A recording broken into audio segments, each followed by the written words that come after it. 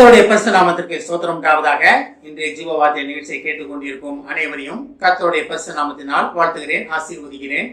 இன்றைய தின தியானத்திற்கு தேவன் கொடுத்த வேத பகுதி, அது பிலிப்பியருக்கு எழுதின நிருபம் 4ஆம் அதிகாரம் 7ஆம் வசனம். பிலிப்பியர் 4:7. அப்பொழுது எல்லா புத்திக்கும் மேலான தேவ சமாதானம் உங்கள் இருதயங்களையும் உங்கள் சிந்தைகளையும் கிறிஸ்து இயேசுவுக்குள்ளாய் காத்துக்கொள்ளும். இன்றைய தினம் உங்கள் சிந்தைகளை கிறிஸ்து இயேசுக்குள்ளாக காத்துக்கொள்வதற்காக கிறிஸ்து இயேசு உங்களை அழைக்கிறார்.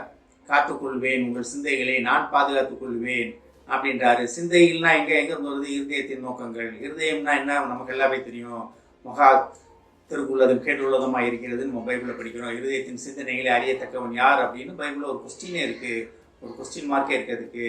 அப்ப அந்த இருதயத்தை பாதுகாத்துக் கொள்ள வேண்டும் என்றால் அது எப்படி இருக்கணும்? தேவ சிந்தனையால் நிரப்பப்பட்டதாக இருந்தால் தான். ஆனால் தான் சொல்றாரு, நான் உங்களை பாதுகாத்துக் கொள்வேன், உங்கள் சிந்தைகளை நான் பாதுகாத்துக் கொள்வேன், காத்துக்கொள்வேன்னு தேவன் உங்களுக்கு ஒரு வாக்கு கொடுக்கிறார். அதை கேட்டுக்கொண்டிருக்கும் தேவ பிள்ளைகளே, இன்றைய தினத்திலிருந்து உங்கள் சிந்தைகள் தேவனுக்கு பிரியமானபடியே இருக்க போகிறது.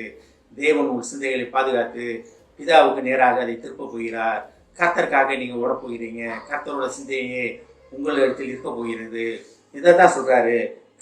அப்பொழுது எல்லா புத்திக்கும் மேலான தேவ சமாதானம் உங்கள் இருதயங்களையும் உங்கள் சிந்தைகளையும் கிறிஸ்தியேசுக்குள்ளாக காத்துக்கொள்ள கடவுது. அப்படின்னா இது நடக்க போகிறது. எப்ப? நம்ம தேவனை விசுவாசிக்கும் பொழுது, தேவனை நம்ம விசுவாசிக்கும் பொழுது, முழு மனதுடன் முழு ஆத்மாவுடன் தேவனை தேடும் பொழுது. அப்பொழுது அப்படின்றதோட அர்த்தம் அதான். அப்பொழுது இப்ப தேவனை நம்ம அறிந்து கொண்டதுக்கு அப்புறம், தேவனை புரிந்து கொள்ளும் பொழுது, தேவனுடைய அழைப்பை புரிந்து கொண்டு அதன்படி நான் நடப்பேன்னு ஒரு முடிவு எடுக்கும் போது, கர்த்தாவை இதுவரைக்கும் நான் வாழ்ந்த வாழ்க்கை பரவாயில்ல ஆண்டவரே, போட்டும் ஆண்டவரே, ஆனால் இன்றைய தினத்திலிருந்து நான் உண்மை பற்றிய அறிவில் வருவேன் ஆண்டவரே. நீர் எனக்கு என்ன வைத்திருக்கிறீர்களோ அதை நான் உம்மட்டை கேட்டு தெரிந்து கொண்டு நான் அதன்படி நடப்பேன் ஆண்டவரே. என் சுயத்தின்படி நான் எதுவுமே செய்ய மாட்டேன் ஆண்டவரே. ஒரு சின்ன வேலைனா கூட நான் என் சுயத்தின்படி செய்ய மாட்டேன் ஆண்டவரே. எல்லாமே உங்கள்கிட்ட கேட்டு உங்களின் விருப்பத்தின்படி தான் ஆண்டவரே நான் நடப்பேன் அப்படின்னு என்னைக்கு நம்ம முடிவு எடுக்கிறோமோ அப்போ முடிவெடுக்க அந்த தருணத்தில் இருந்து அப்பொழுது எல்லா புத்திக்கும் மேலான தேவ சமாதானம் உங்கள் இருதயங்களையும் உங்கள் சிந்தைகளையும் கிறிஸ்து இயேசுக்குள்ளாக பாதுகாத்துக் கொள்ளும், காத்துக்கொள்ளும். அப்ப இதுக்கு ஒரு மெயினான காரியம் என்னன்னா, நம்ம தேவனை பற்றிய அறிவுல வளரணும். தேவனை பற்றிய அறிவுலன்னா என்ன? நமக்காக ரத்தம் சிந்தி, நமக்காக பாடுகள் பட்டு, நமக்காக அவமானங்கள், வேதனைகள், நிந்தைகளாகப்பட்டு, நமக்காக மரித்த இயேசுவை பற்றிய அறிவு. எதுக்காக அவர் பூமிக்கு வந்தார், எதுக்காக அடிகள் பட்டார், எதுக்காக அவமானங்கள் பட்டார், நம்முடைய மீறுதலுக்காக என்றது நம்ம புரிந்து கொள்ள வேண்டும். நிறைய நேரம் நம்ம அதை புரிந்து கொள்வதே கிடையாது. நம்ம இஷ்டப்படி நடந்துகிட்டே இருப்போம். நம்ம சுயத்தின்படி நான் பாட்டு போயிட்டே இருப்பேன். நடந்தால் ஏதாச்சும் ஒரு தப்பாயிடுச்சுன்னா உடனே தன்னோட தவறுகள் எல்லாமே கூட இருக்கவங்க மேலே, அவங்களால் அப்படி ஆயிடுச்சு, இவங்களால் அப்படி ஆயிடுச்சு, அந்த பையன் தான் அப்படி என்னை கெடுத்து, அந்த ஃபுல்லாக தான் என்னை கெடுத்துருச்சு, நான் நல்லா தான் இருந்தேன் அப்படின்னு நம்ம அடுத்தவங்க மேலே நம்மளுடைய தவறுகளை எடுத்து வைப்பவர்களாக காணப்படுகிறோம். ஆனால் நம்மளுடைய தவறுகளுக்காக கிறிஸ்து இயேசு பலியானார், நம்மளுக்காக அடிகள் பட்டார். இதுதான் தேவனை பற்றிய அறிவு. யாராச்சும் ஏற்றுக்குவீங்களா? அடுத்தவங்க தவறை நீங்கள் ஏற்றுக்குவீங்களா? உங்கள் பிள்ளைகள் பண்ணாலுமே அதை ஏற்றுக்கொள்வது மிக மிக அரிது. ஏன் இதெல்லாம் நான் செய்வேன், ஏன் அவை பண்ணதுக்கு நான் இந்தியா கஷ்டப்படணும், இப்படி தான் நம்மளோட சிந்தனைகள் ஓடுகிறது. ஆனால் பரலோக பிதா தன்னுடைய சொந்த குமாரனே நமக்காக நம்மளுடைய பாடுகளை அவர் அனுபவிப்பதற்காக, நம்ம பண்ண தவறுகளுக்காக தண்டனை அவர் பெறுவதற்காக அவர் வந்தார். இதுதான் கிறிஸ்து இயேசுவை பற்றிய சிந்தை. அப்போ கிறிஸ்துவை அறிந்து கொள்வதுன்னா அதுதான்.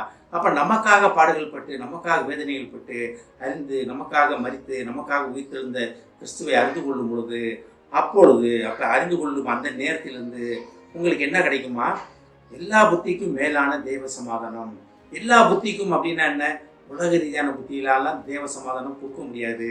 இது எல்லா புத்திக்கும், நம்மளுடைய சுய சிந்தனைக்கு, சுய அறிவுக்கு மேல்பட்டது தேவ சமாதானம், தேவனுடைய அறிவு. நம்மளால அதை எட்டி கூட பார்க்க முடியாது.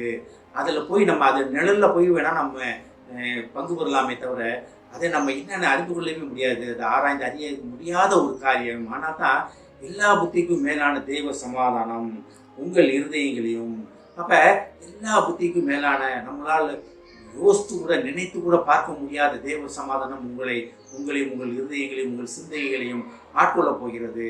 எப்பேற்பட்ட ஒரு அருமையான காரியம் பாருங்க. தேவன் தெரிந்த சிந்தையை உங்களை ஆட்கொள்ள போகிறது. இன்றைய தினத்திலிருந்து, இந்த நேரத்திலிருந்து, கேட்டுக்கொண்டிருக்கும் நேரத்திலிருந்து உங்களோட சிந்தைகள் தேவனுக்கு பிரியமான சிந்தைகளாக மாறப்போகிறது. எப்படி? தேவனுடைய சிந்தையே உங்களில் இருக்க போகிறது. தேவன் செய்த காரியங்கள் நீங்கள் செய்ய போகிறீங்க. தேவனுடைய அழைப்பு உங்களுக்கு இடத்தில் இருக்கிறது. தேவன் அழைத்தவர் உண்மை உள்ளவர். அதனால் தான் அப்பொழுது எல்லா புத்திக்கும் மேலான தேவ சமாதானம் உங்கள் இருதயங்களையும் உங்கள் சிந்தைகளையும் கிறிஸ்து இயேசுக்குள் காத்துக்கொள்ளும் என்று பவுலடிகளார் பிலிப்பியர்கள் இந்த நிருபத்தில் எழுதுகிறார். இதே தான் நமக்கும். எல்லா புத்திக்கும் மேலான தேவ சமாதானம் உங்களை ஆட்கொள்ளப் போகிறது. உங்கள் இருதயங்களை ஆட்கொள்ளப் போகிறது. உங்கள் சிந்தைகளை கிறிஸ்து இயேசுக்குள்ளாக ஆட்கொள்ளப் போகிறது.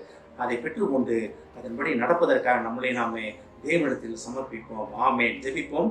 எங்களை அதிகமாக நேசிக்கும் அன்பின் பரலோக பிதாவே, கர்த்தாவே, எல்லா புத்திக்கும் மேலான தேவ சமாதானம் எங்கள் இருதயங்களையும் எங்கள் சிந்தைகளையும் கிறிஸ்து இயேசுக்குள்ளாக காத்துக்கொள்ளும் என்பதை நாங்கள் அறிந்து கொண்டோம். ஆண்டவரே ஏசப்பனே, நாங்கள் உண்மை பற்றிய அறிவிலே வளரும்போது தகப்பனே, எல்லா புத்திக்கும் மேலான தேவ சமாதானத்தால் எங்களை நிரப்புவேன் என்று சொல்வதற்காக நன்றி ஆண்டவரே. எங்கள் இருதயம் உண்மை நோக்கி உமது சிந்தையால் நிரப்பப்படும் என்பதற்காக நன்றி நன்றி நன்றி ஆண்டவரே ஏசப்பனே.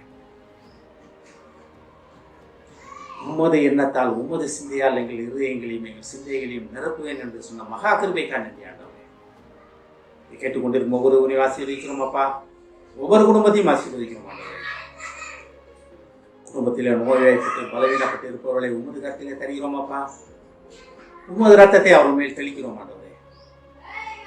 அவர்கள் எந்த நிலைமையில் இருந்தாலும் பரவாயில்லை ஆண்டவரே. பரிபூர்ண விடுதலை இந்த நொடி பொழுதிலே அவர்களுக்கு கிடைத்து விட்டதற்கான நன்றி ஆண்டவரே. படுக்கையை எடுத்துக்கொண்டு நட என்ற வாக்கு அவர்கள் சுத்தமாட்ட மாட்டவரே. ஆசீர்வதிக்கிறோம் அப்பா. இயேசுவின் மூலமாக கேட்கிறேன் நல்ல பிதாவே. ஆமென். கர்த்தர் உங்களை ஆசீர்வதிப்பாராக.